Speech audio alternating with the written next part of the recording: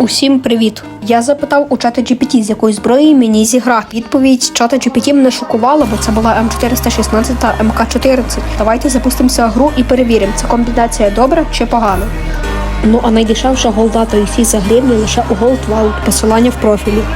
Бачу, тіпочок біжить, дістаю свою МКшку і вбиваю. Даймо його золотаємо та подивимося, що з нього випало.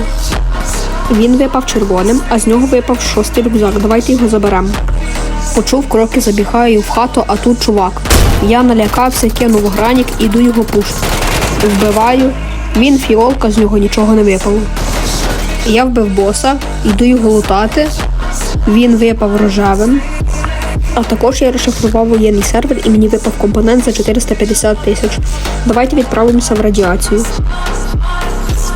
Ну а поки я лутаю радіацію, підпишись, бо я знімаю україномовний контент по Метро Рояль.